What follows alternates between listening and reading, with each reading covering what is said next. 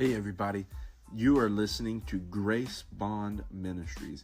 Grace Bond Ministries is about sharing the Word of God, having conversations about difficult topics, talking about apologetics, coming together, tackling issues, answering questions, studying the Scripture, doing devotionals. Listen, Grace Bond Ministries has so many different things that we're going to talk about, that we have talked about, we're going to continue talking about, and this podcast is made for someone who wants to know more about the Christian faith, or wants answers to their questions, or just wants to ask questions, or just wants a safe place to talk about things, even things like politics, abortion, homosexuality, hell, or just how do I have strong faith? That's what you're going to get when you listen to Grace Bond Ministries. So thank you so much for tuning in, and I hope you are blessed and encouraged by what we do here.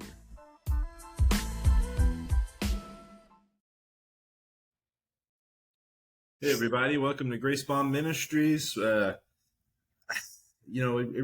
one of these politics episodes, I don't know if we could say we're excited to talk about it, but we're just excited just to be able to have a place we could talk about it and hopefully share some insights that we have that may help you in making some decisions, or at the very least getting a different perspectives on things. So anyways, today we're talking about we're going to start with immigration, and which is probably one of the most hot button issues between the candidates, between Kamala and Donald Trump. And so I know it's a very hot topic issue, and then after we get done talking about immigration, we're going to jump into religious freedom, which is it's a hot topic, but probably not as hot of a topic as immigration. But religious freedom, I feel like, kind of goes back over every political issue and divide there is. So these two don't necessarily have anything in common. We just wanted to make sure we talked a little bit about both. So we're going to go through them both pretty quickly on this podcast. So just thank you guys so much for watching. Please share it with somebody that you know may benefit from this, or would just be good to hear about it, and then to hear it and or would enjoy it. And then also, if you have anything as you watch this, you're like, you know what, I want to tell them boys something. Email us at Grace Bond Ministries, or you can message actually our Facebook page. Or if you know us personally, you could just message us personally too. So, all right, well, we'll be back, and we'll be talking about immigration and religious freedom. Stay tuned.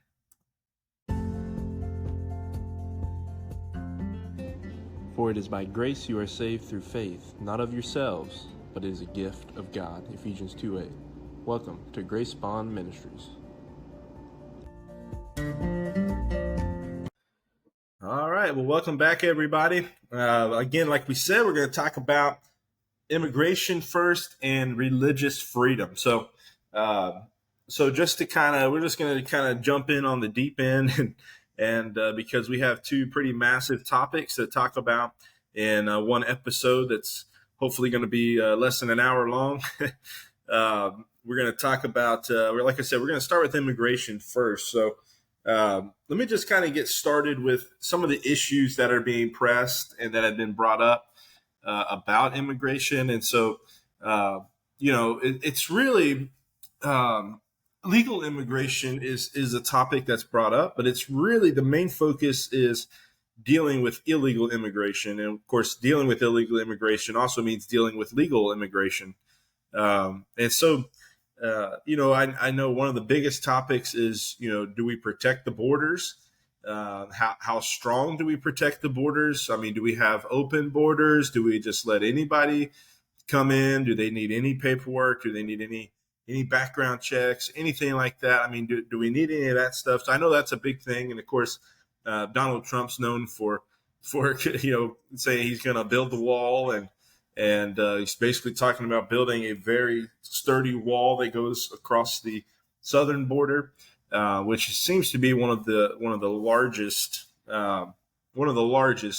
immigration issue areas. Now there are some others too, especially with the refugees that are being brought in as well. And then also too, when you start talking about immigration, one of the things I've heard a lot from Democrats is, they want to give people who are not legal citizens the right to vote, which I think I think is just pretty much just a way for them to get more people to vote for them. So I think that's how Democrats get a lot of people to vote for them, is just because they lean more towards emotion rather than actual fact. And it seems to be the conversations I have with people who are Democrats, and so I think with this, I mean, there may be an ounce of them that says, well, even Kamala specifically, I mean, there may be an ounce of her that says, hey, I want to give them the right to vote just because, they deserve to be a citizen. But I guarantee you the motive behind it is so that they can get more votes on their side, because obviously, obviously because Democrats are a lot more loose on immigration. Obviously, they would probably get more votes from immigrants, because if they vote for you, would vote for somebody that's going to help you out the most, probably. So I think that's kind of the motive behind that. And then in the midst of all this, so there's a money and a cost to both uh, having an open border and having a closed border. And so if you have an open border, there's a lot of resources that may go towards illegal immigrants and some of the things that they're doing. And now, granted, let me back up again and say, when we talk about illegal immigrants, we're not just talking about people from the South. We're also talking about people from all across the world that are coming into our country illegally, or they're coming here legally and then, losing their legal status and becoming illegal. So, there is a money cost to all of it. And, if for instance, with illegal immigration, I mean, if you arrest an illegal alien, and they committed crime, I mean, there is a cost to just having them in the prison systems. There's a cost to running detention centers. I heard that I was just reading something. I think it was Kamala Harris was going to give ICE like $8 billion. So obviously, there's a pretty massive cost. And then even for Donald Trump, I mean, if you build this wall that he's talking about is a massive expense. And then it's also a massive expense to deal with if you do deport someone. That's also a massive expense getting them back to where their country is. So that's a big issue with a lot of politics, and even this issue is the money cost of all of it. I know that and also too, I know that I know for me, I kind of, like I was telling Christian, I kind of think more so in fact mode, I guess, rather than emotional mode. But I also understand too that when we're talking about money, we're also talking about individual people who are also made in the image of God like everybody else. Okay, so I don't want to sound inhumane or anything like that as I talk about these things. And then there's also the issue of the access of legal immigration. And Christian and I both know people that are close friends, people we care about, that went through the process to the best of their ability to become legal immigrants. And the process is just so messed up, and one of the things I actually supported when Obama was president was giving kids who were brought here against their will when they were little, and they were actually born in the country, was kind of the rule. But they were they have the right to become a legal citizen because they were born in the country. And then also too, if they were brought over as kids, there was a process that Obama came up with that actually made it legal. But I can also tell you too, knowing a couple people personally who went through that, that it wasn't the most reliable system. And I think a lot of times they would screw people over, and it was still fairly expensive. I mean, it was $600-700 every 2 years, I believe.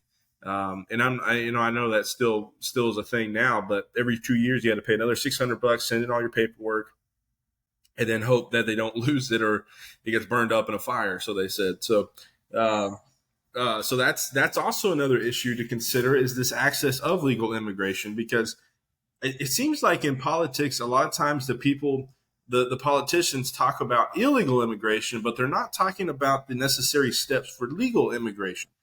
All right. And so I think, as me personally, I think legal immigration is where we need to spend our most time discussing, because obviously we have an issue. We have a lot of illegal immigrants from all across the world in our country. We have refugees in our country that need to go through some kind of legal immigration process. And so we need to figure out and make sure it is a trustworthy system that can make these things actually happen.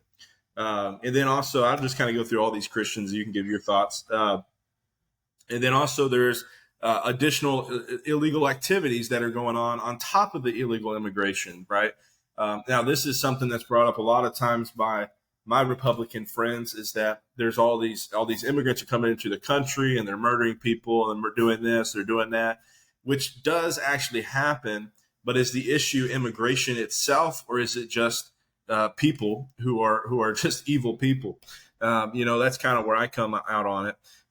We can't. You never want to what's it called? Is it generalizing? Overgeneralize. An entire population because of a few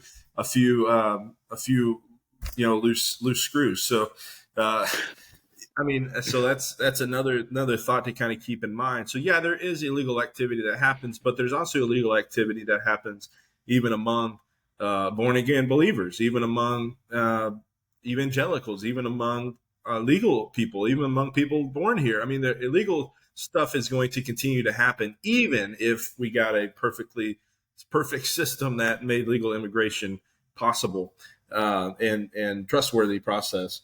And so, yes, that does go, but I don't know if that's enough to say, well, we shouldn't let anybody in our country because they're dangerous. Now there should be I think personally that there should be a strong vetting process where I'm not sure exactly how a background check would work when somebody's coming from another country, but we definitely need to process some things and get records. Have you broken laws in your own country? I mean, obviously we don't want cartel members coming to live in our country and living in our neighborhoods, and so we just want to be careful of stuff like that as well. But it's not to say that we should just cut off all immigration altogether. Again, I think we need to get the conversation going back to how can we have legal immigration. And also, too, I'm just gonna, blatantly say, I mean, it's pretty obvious that Republicans seem to be more against immigration than Democrats. Not that Democrats are just like, hey, let's just open the border and do whatever, but they are pretty close to that. Where Republicans are more, hey, let's completely close the border, And so I think we need to kind of come in the middle again and talk about how can we make all this into how can we make a legal immigration process that protects our country, that makes it legal that people would come here, that forces people who move into the country to pay taxes, to our country, and how can they become a part of our country? So these are just some good conversations to have, and then when we get into some of the scriptures that back up some of our thoughts on this as well, we'll get into some of the a little bit of that. But again, we're talking about immigration, and we're going to talk about religious freedom. So not sure how much time we'll actually have to spend on that. But so Christian, is there anything else? I mean, I'm sure you probably want to add into some of the stuff I said, but then again, I mean, me and Christian, we may not see eye to eye on all this stuff. And but that's why we're here, is to talk about the tough issues and try to bring as much unity as possible to issues that are difficult like this. So Christian, what you got? Yeah, I mean, I definitely agree with all you said. I think the more we've talked about it, the more we agree eye to eye, and that's probably, if I had to guess, a lot of people. Like, we have our views, and when we first say them, they seem contrary. But I think if you boil it down to it, both sides see a problem. They both see that something needs to be changed, but we go about it in different ways. Where the Democratic side, for the most part, is looking at opening it more, which they want to go towards the side of emotion. They want to go towards compassion, which can be good in a sense, but how you control it is the issue. And then we just want to, the Republicans are more protecting country, protecting those within it. And so they want to put up as much protection from anybody else coming in, which is also good in theory, but there's a lot of issues that could come there also. But I think you can look at other countries where almost every country has some form of border protection. And so you can And you look at all these other countries and they have systems we talked about before about missionaries having to go into another country. Like they have to go through the paperwork, they have to have their citizenship, whether it's just work related visa or whatever that may look like. They have to have some form of legal immigration. And so we both see that it's a problem, but there's always a toy between what is um, the legal and the moral side of these things. Like what works as a fact and what will work in our country, but also what is morality. And I think that's what we want to talk about here is just how does all of this relate to the Bible? What did the Bible have to say about any of this? Did it talk about welcoming in foreigners? Did it talk about immigration in a way? And that's kind of what we want to get into today is show y'all a little bit what the Bible said and how that'll relate to us because it relates. It was different back then, but it also shows principles that we can use today to go into what we believe and why we believe it. So we want to go ahead and get into these verses. Yeah, and I had one thought when you were talking about Democrats being leaning more towards the compassionate side. Um, you know, And money. I think I think the thing there too is like I think about when I think about compassion, I think about like law enforcement. You know, like I know some very compassionate police officers, but at the same time, you can be compassionate. But if you found a pound of drugs in somebody's car, um, then you can be compassionate towards the person, but also I'll also still stick to the law. You know, and so I Yeah. think Christian and I both would say, that's kind of the issue on the Democratic side is you start to think emotionally and not as much factually and not as much, just not giving it as much long term thought of the implications and the results of what would happen. And that goes with a lot of different things that the government talks about, and that's come up in this and even in our political series, is that you need to have that compassion. You need to have love for people, especially as Christians. What we'll get into here in just a second, but at the same time, we need to follow the laws of the land. And actually, we're as Christians, we're called to do that. And so I think what we're about to do is make a biblical case that for a Christian, it is biblical for you to stand against illegal immigration. It's biblical for you to stand against breaking the law. And and it applies to a lot of things, but I think it also applies to illegal immigration.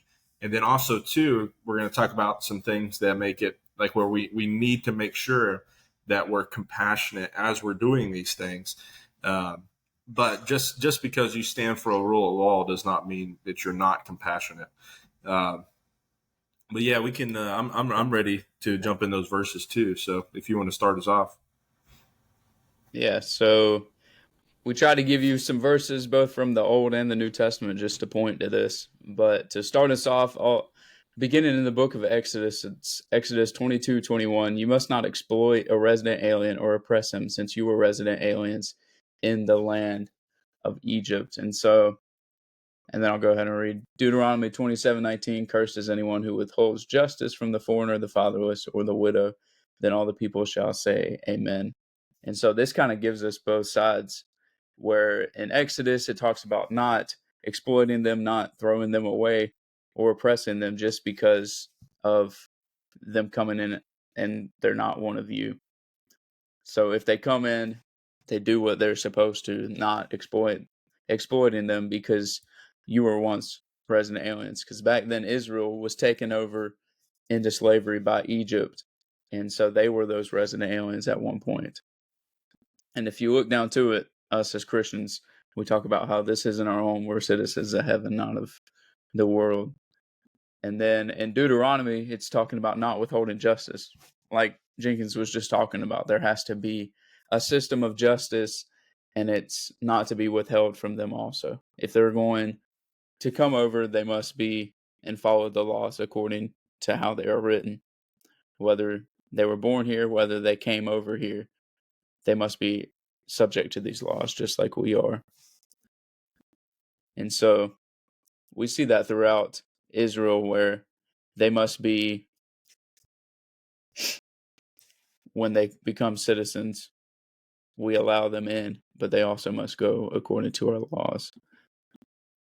And it's not a decision that they're forced into, it's a decision they made.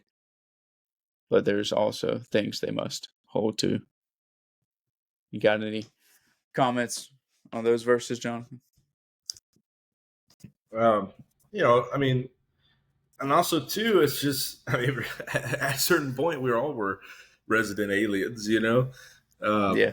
and but I think you nailed it on the head. I mean, there's throughout the Old Testament, you see, like Christian had written down in our notes about Rahab, and then you also had Ruth, and they became part of the country they were going to. Now we had a podcast we did probably a year ago at least, where we talked about uh, the different the Bible and government pretty much. And we talked about the different governments that took place throughout the biblical times up until uh, I think up until Constant. I think we went all the way to Constantine and all that, but definitely through the Old Testament, New Testament, just talking about the government and then how the people of the Bible responded to that government. So now there is a major difference in the government then, because it was a theocracy versus the government we have now, which is a democracy.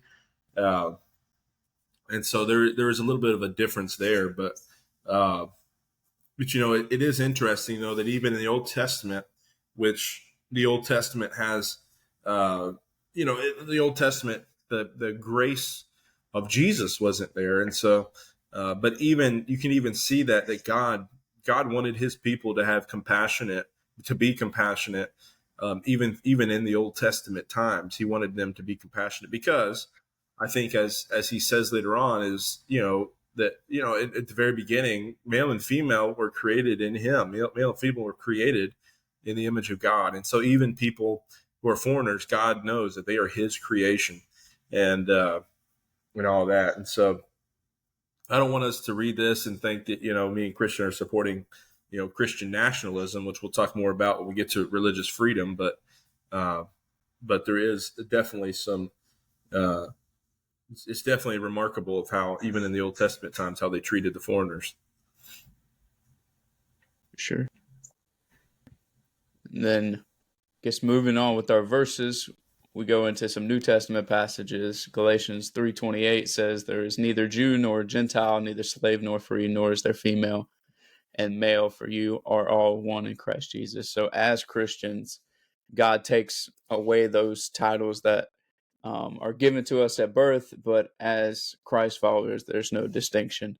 We're all one. We're all in Christ, and so we're all on the same level playing field.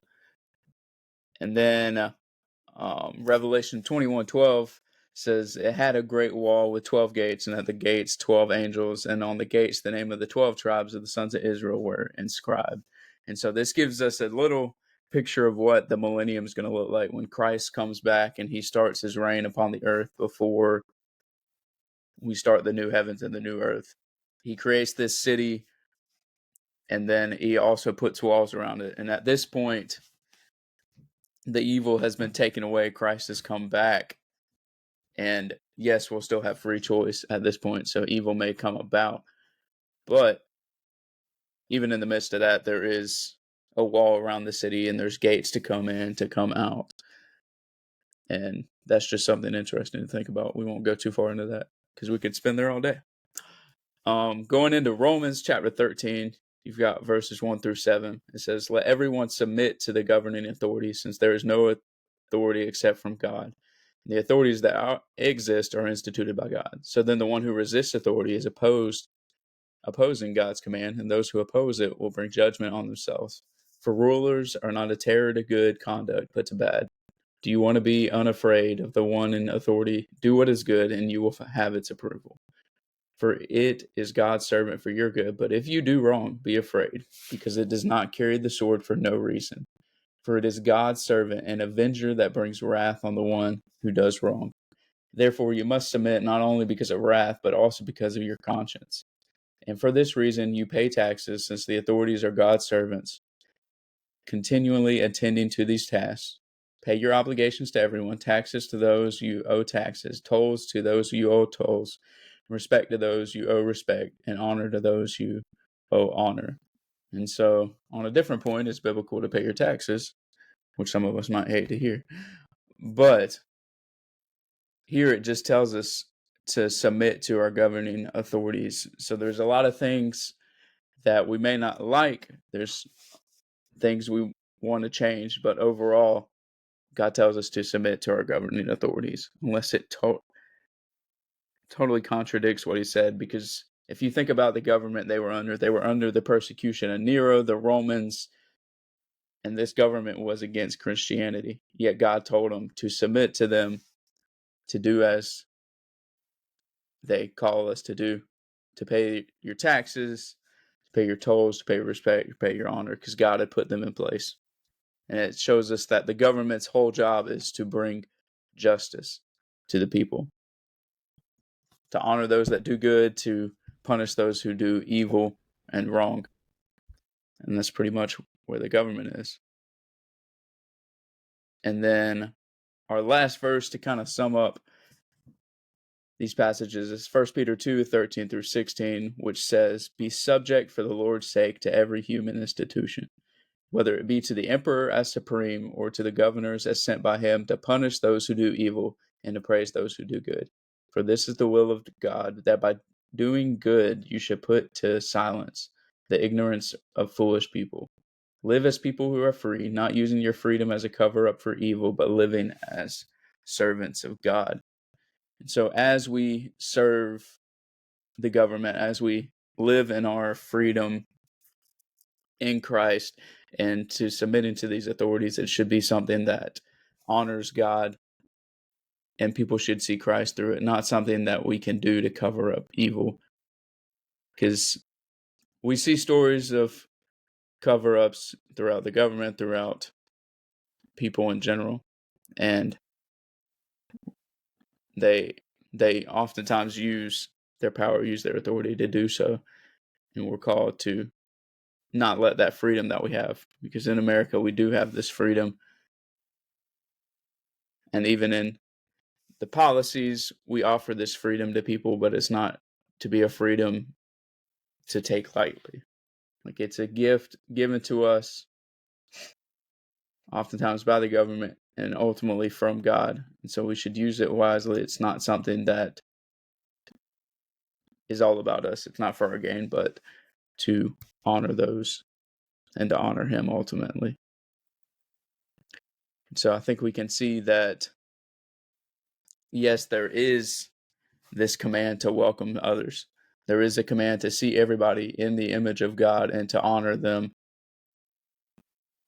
But there's also law and order that we must come to. And that you can see that in the character of God, where he has love. He's the ultimate form of love and compassion, but he is also just. And so justice and truth must be proclaimed amidst our love and compassion.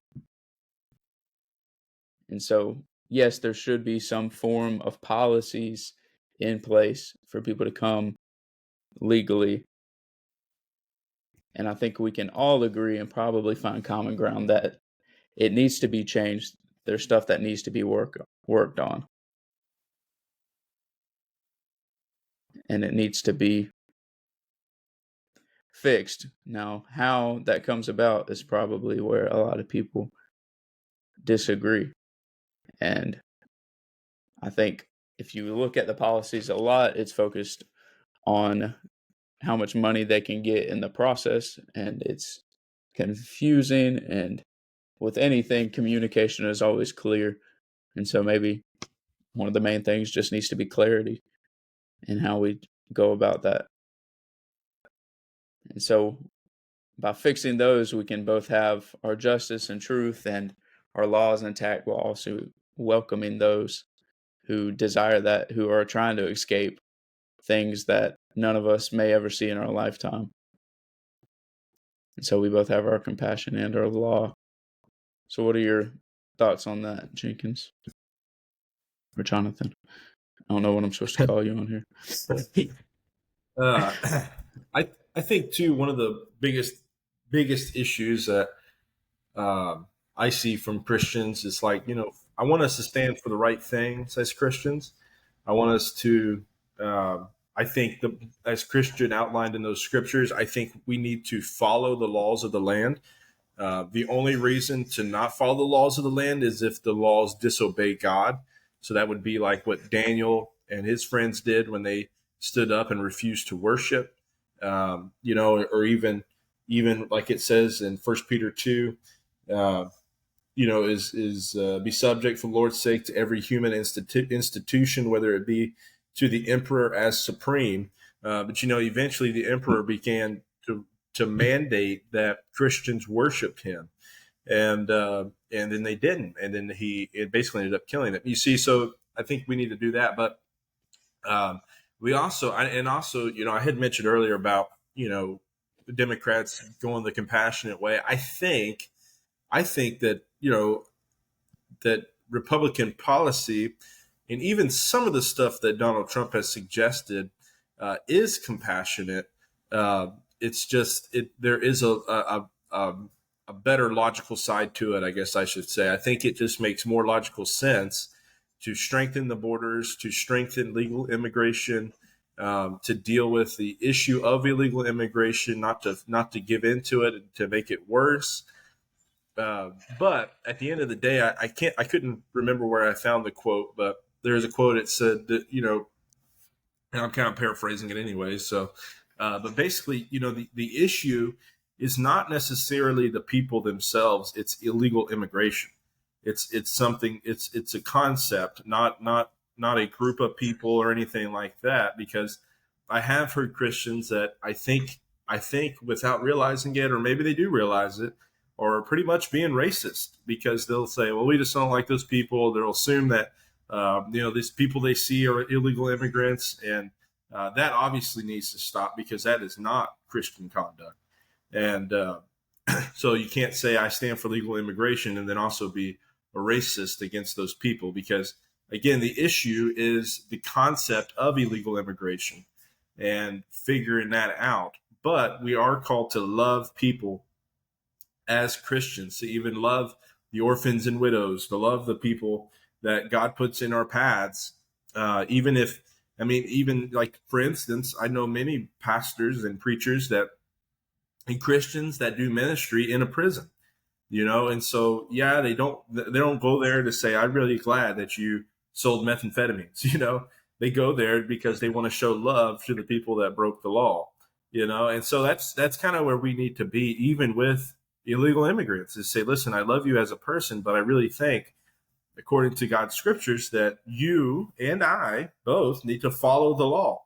And same thing goes for taxes, like we read in Romans 13. Pay your taxes. I know a lot of Christians that will skimp out on their taxes, and they'll leave stuff off of their taxes and things like that. I really admired one of my friends, one of our mutual friends, that he actually had accountability with his other friends when he would file his taxes. They would sit there to make sure that all of their finances were added, so they made sure they pay the appropriate amount of taxes.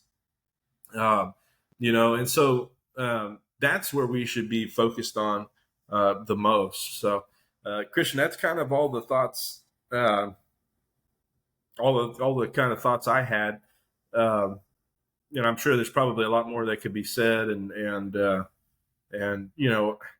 the end of the day, I mean, it's really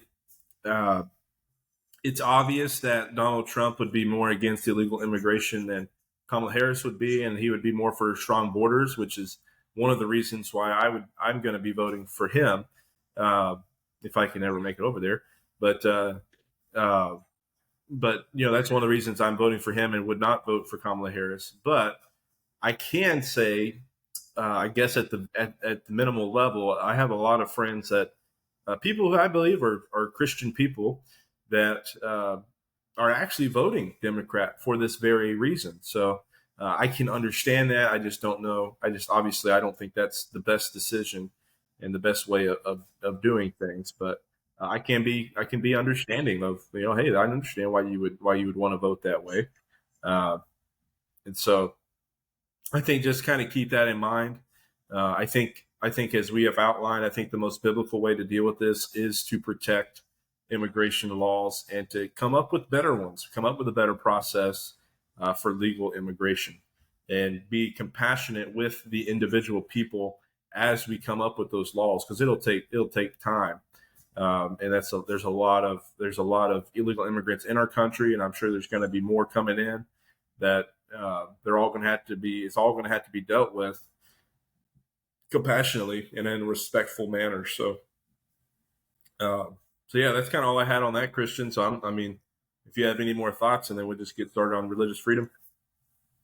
Yeah, no, I think we've pretty much hit everything we can on this subject, and I think going into religious freedom, this is one that I think about, and I'm like, is there really that much resistance or that much uh, discourse or discussion amongst this? But the more we dig into it, the more I find that there's definitely people on both sides, even within Christianity. So it'll be cool to get into it and to talk about this. So if you want to take it away, Jenkins. Yeah. So religious freedom, according to what was that website? The U.S. Constitution. Yeah, that'll be one of our quotes. It's from the AmericanBar.org. It says, under the U.S. Constitution, religious freedom is the right for everyone to practice his or her religion, or to choose not to practice a religion at all. And so I think, so Christian and I both are for religious freedom. Although I had saw earlier that, I mean, I know there are some Christians that are against religious freedom. Or at least they say they are. If you say you're against religious freedom and you're a Christian, what you're probably saying is, I'm against religious freedom for other religions that are not Christian. Uh, the problem is when you say that, and your ability to say that is you using religious freedom to say that. And so if there was no Yep. religious freedom, then you wouldn't even have the ability to say that, at least without fear of your life or fear of some kind of punishment.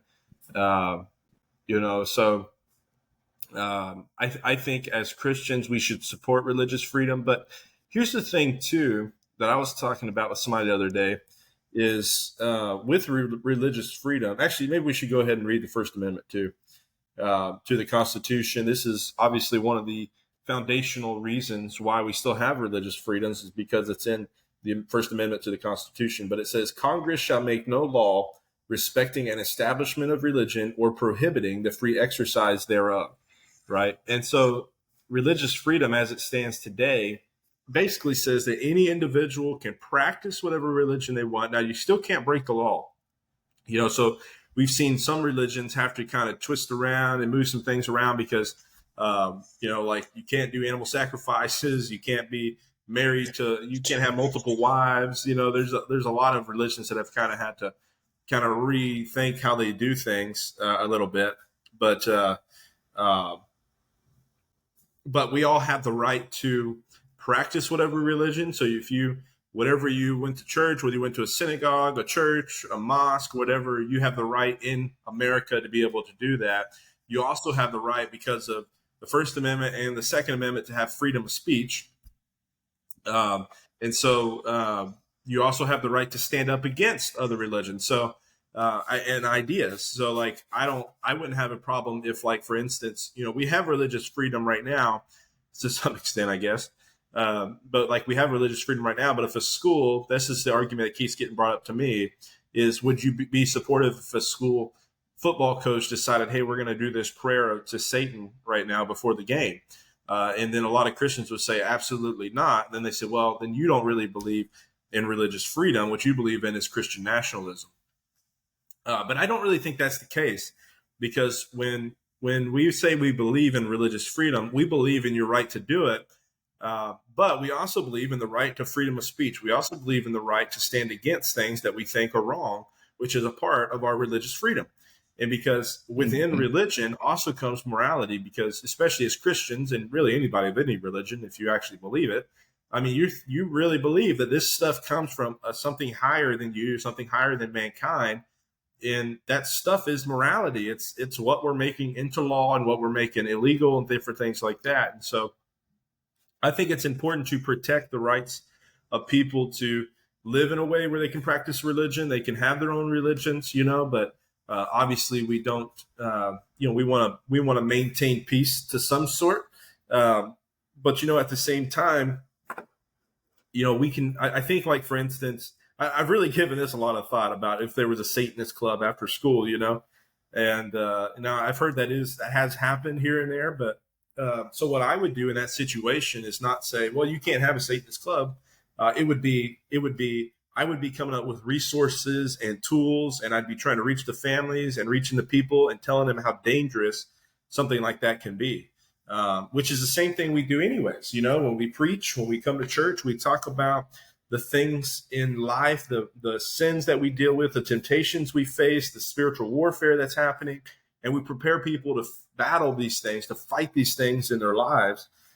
And all that is religious freedom, and so I don't think religious freedom is also religious, tolerance, where we just say, well, we don't have a say in anybody else's way of doing things, but it's because of religious freedom I have the right, and because of freedom of speech, I have the right to stand against things I think are wrong, especially moral issues.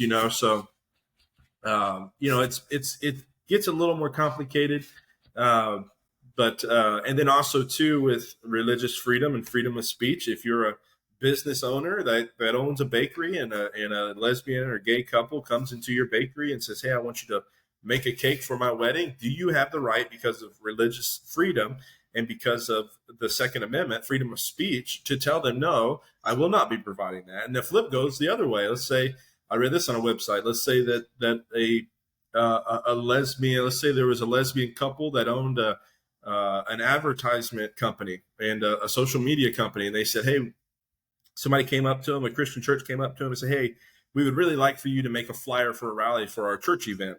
And they say, sorry, we're not going to do that because we just don't want to support Christians.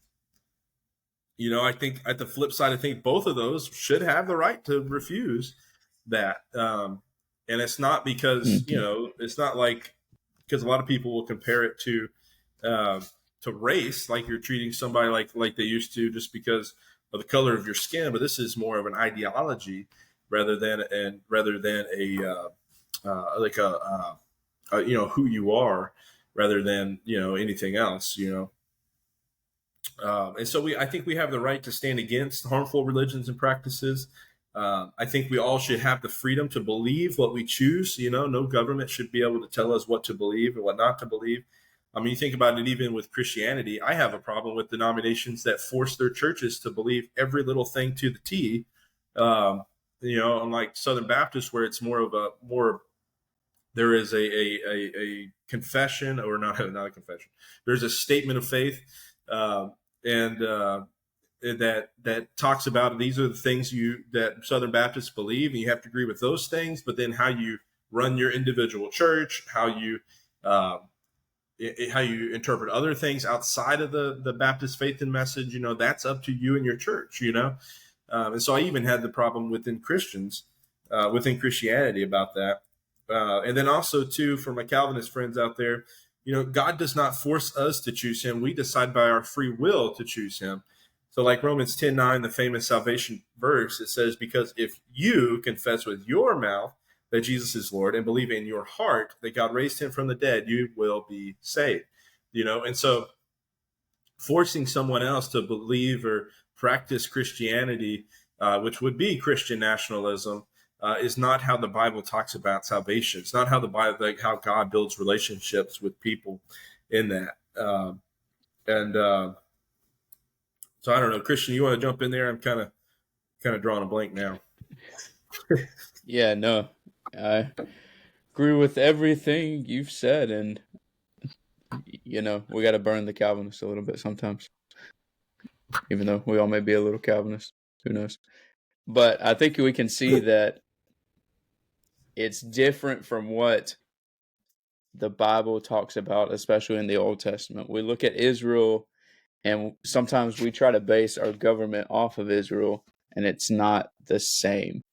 Because within the New Covenant, the salvation is not for just the Jews. It's not for one people group under one government, because they grew into with a theocracy. They grew from the point of this is one religion for all the people.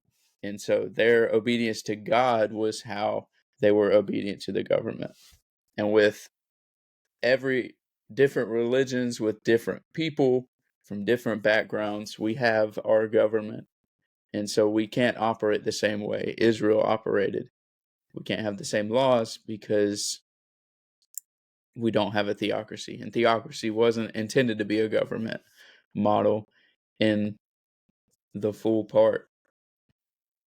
And so we must give people a choice, and we see the love in that as Christ did the same with our salvation. And we see that the Bible tells us that the kindness of God leads us to repentance. And so just like that, we should give the freedom to choose. But I think in freedom, we get freedom mixed up and then support mixed up. Just because we say people can have the freedom to do it doesn't mean that we have to support it, doesn't mean we have to agree with it. And that probably goes across the board with about anything that we talk about. And so, yes, we, via the law, looking at it, we may have to allow people to do that if we want the religious freedom ourselves. Doesn't mean we have to support it. And so you talked about the football coach, like there's football coaches that want to pray with their teams and they're getting a lot of heat from the government saying they're not allowed to do that. They're not allowed to support either way. But if you look at religious freedom, they should be allowed to do that. They shouldn't be allowed to force everybody to do it, because that's where religious freedom would come in. But they should, in their own right, be able to do that. And that's not really forcing one religion over another. That's just one citizen celebrating his right. And so because our government was originally formed on Judeo-Christian values, they want to give us religious freedom. They want people to be able to celebrate and practice religion themselves, because that's kind of what we ran away from, is not only the taxes in England, but Catholicism being that one religion where everybody had to practice it. And we can see that time and time again throughout history, where if one religion is in place, it usually doesn't work out well. The people are oppressed, the people are not treated correctly, not treated fairly. We see Constantine trying to make Christianity the religion of the empire at that time. And we see that that empire is not standing today because we're flawless humans who try to put it all in one basket. And it doesn't work out because we don't fully know what we're doing. That's kind of... So Christian nationalism would probably fall more towards theocracy. And if we boil it down to it, we don't want that. Christian, what do you think? Oh no, I'm just kidding. I mean, we talked about it. I think on that podcast we did about all the government. I was about to look up what that was called, what I called that podcast. But you know, our obviously as Christians we follow the New Testament and the way of Jesus. And so the apostles did as well. And of course, like we mentioned, their government was much different in the Roman Republic. But how do you think they would have handled? Specifically religious freedom. If they knew, hey, we have religious freedom. I mean, I wonder how they would how different they would be in a democracy rather than their Roman Republic. Yeah, that's a good one. Like thinking about it now, I mean, I don't know if they probably would have been even more prone to share the gospel than they already would have. It's like I don't know how much they would have changed, but it would have encouraged more of them to do so, because we see throughout the New Testament, a lot of the letters are just keep fighting, endure the persecution, do not be afraid, for I am with you. And if that wasn't in place, it's like, wow, I'll go share whatever with whoever, whenever. Like, it would just be an amazement to them. Like, how could this be? Being under persecution for so long, the taste of freedom would probably just be amazement. And I don't know if it would necessarily change, but that should convict us where these people were out there sharing the gospel daily, despite what the government may say. And I mean, if we look at our government now, we could probably not at to the extent of what they said, but we're getting to a point where it's almost like we can have religious freedom unless it's for Christianity. Because most of this pushback of religious freedom is for the Christians who are out there expressing their faith, who are not agreeing with other people. And when the rubber meets the road, it could be conviction from the other people, but they flash against it very quickly. And so we kind of see just a taste of what they experienced. And yet sometimes we shudder and we step back. Meanwhile, they just kept pushing forward. So it should be a witness for us. It's kind of like the thought of what would Paul and them do if they knew social media existed? How would they use that? But that's another Yeah. topic for a different day. Just a question for And y'all to really, ponder. too, is, I mean, as Christians today, I mean, we kind of have to just kind of take how they did it when they were pressured by the government to be quiet versus, how do we take their principles and apply them to a government today where we actually have a voice, we have a say, we have a vote, Yeah, and I did find that podcast. I called it Relationship Problems, Church and Politics. And that's in right. that podcast, we went through all the different governments throughout the Bible, and we showed how the believers in God from the Old Testament into the New Testament, how they responded to the governments that they were in. So go check that podcast out. It was definitely interesting. I've listened to it a couple of times just because I found it very helpful just to kind of look at the different governments and just to see how they responded. Uh, so I know we're running low on time here, but uh, you know, so the start of Christianity is very unique because Christianity started because of religious freedom, and well, not because of religious freedom, but it started by way of freedom. By people freely choosing. So it's different than like Islam, where it started by force. People were forced to believe what Islam was pushing. So they would basically go into a country, take over, and that country would become Islam. And they were forced. Now that does happen in Christianity later on, and it goes absolutely terribly every time Christian nationalism is a thing. But I think The we can all say Crusades. nobody should be forced to be a Christian. I mean, we don't even want people forced to follow God. We want people to follow God because their heart wants them to follow God. But then again, laws and things like that are sometimes for people, for the godless, for those who don't have the law in their heart. And then also, too, just to kind of close out that part, Acts 5:27 through 29, it says, after they brought them in, they had them stand before the Sanhedrin, the high priest, and asked, didn't we strictly order you not to teach in his name? Look, you have filled Jerusalem with your teaching and are determined to make us guilty of this man's blood. And so Peter and the apostles replied, we must obey God rather than people.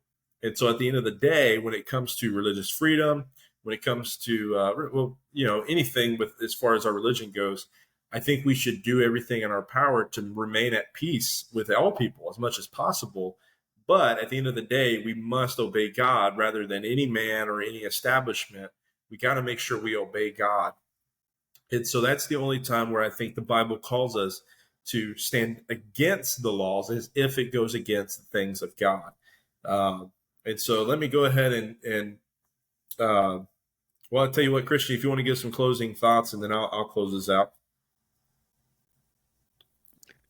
Yeah, I think we see the principles that we need to follow amongst these, where we must look at the people and must keep in mind what's first and foremost is the gospel. How do we want to get this to them, but also we need to balance that with justice. What are some things that Christ had in place that would help us better to do so? Because all of this, the laws sets them up to see who the gospel is, what the gospel is. Because even within Christianity, within Christ, we see the law of the Old Testament. Like the whole point of the law was to show them that they can't measure up. And so God is a God of order and not of chaos. And so there must be some form of law. And so we need to keep that in mind as we study the scriptures, as we look for ourselves. We encourage y'all to go back, look for yourselves at these passages, figure out some more. There's articles you can read. Just know what source you're reading from. We looked at one article and said white evangelicals is the start of the article. So you probably know what section they're coming from or whatever they're leaning. So ultimately study these scriptures, see where it comes, and thank God for the freedom that we have.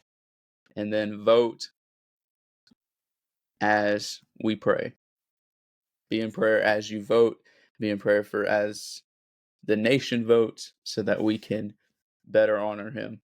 And it should be something daily because we all know that our hearts are deceitful and that we need him every day. And so as we pray, as we go through these difficult subjects, handle them with grace, handle the people with grace, knowing that none of this is eternal matters. The gospel is what's true.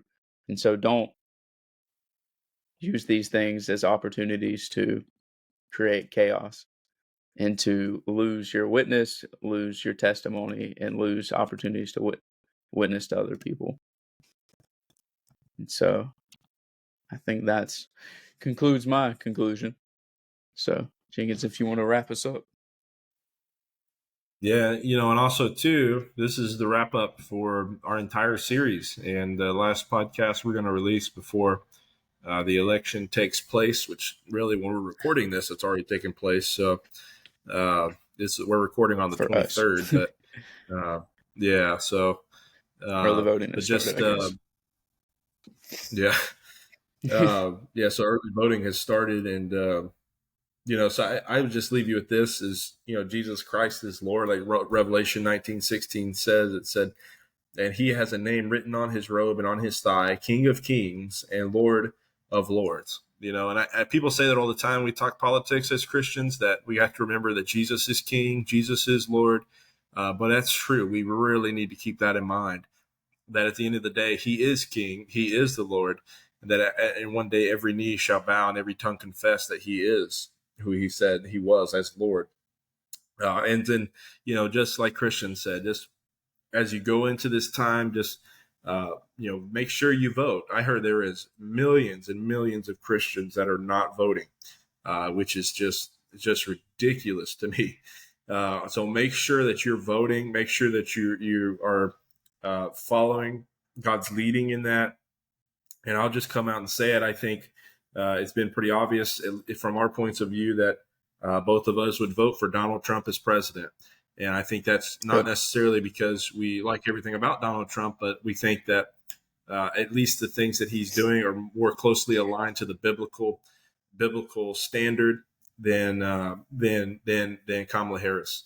And I think even just the other day, somebody said at a rally that Trump and Vance were at, they said that Jesus is king. He stopped and said, yes, Jesus is king.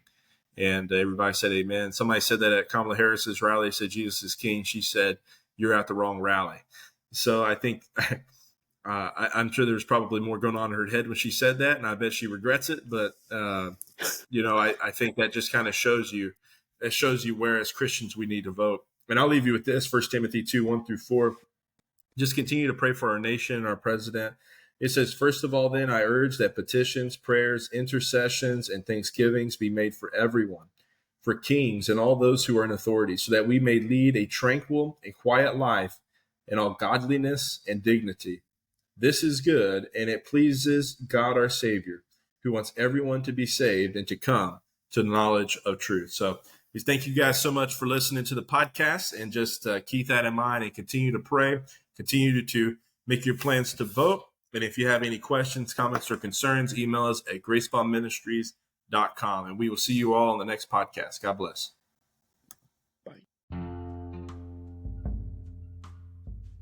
Thank you so much for watching the Grace Bond Ministries podcast or listening to the podcast. I know there's various ways that you could be listening to this right now or watching this right now, but I just want to say thank you so much. And if you would, wherever you're listening, if you're listening on YouTube, subscribe to the YouTube channel. On the podcast, please leave a 5-star review and write a little thing in there. If you're on Facebook, leave a comment. Let me know how this impacted you, or even any other questions or comments or concerns you may have. And also, if you have an idea or you have something you'd really want to talk more deeply about, you can always email me at gracebondministries@gmail.com. But thank you so much. Remember, for it is by grace you are saved through faith, and not of yourselves, for it is the gift of God. Thank you for listening to Grace Bond Ministries.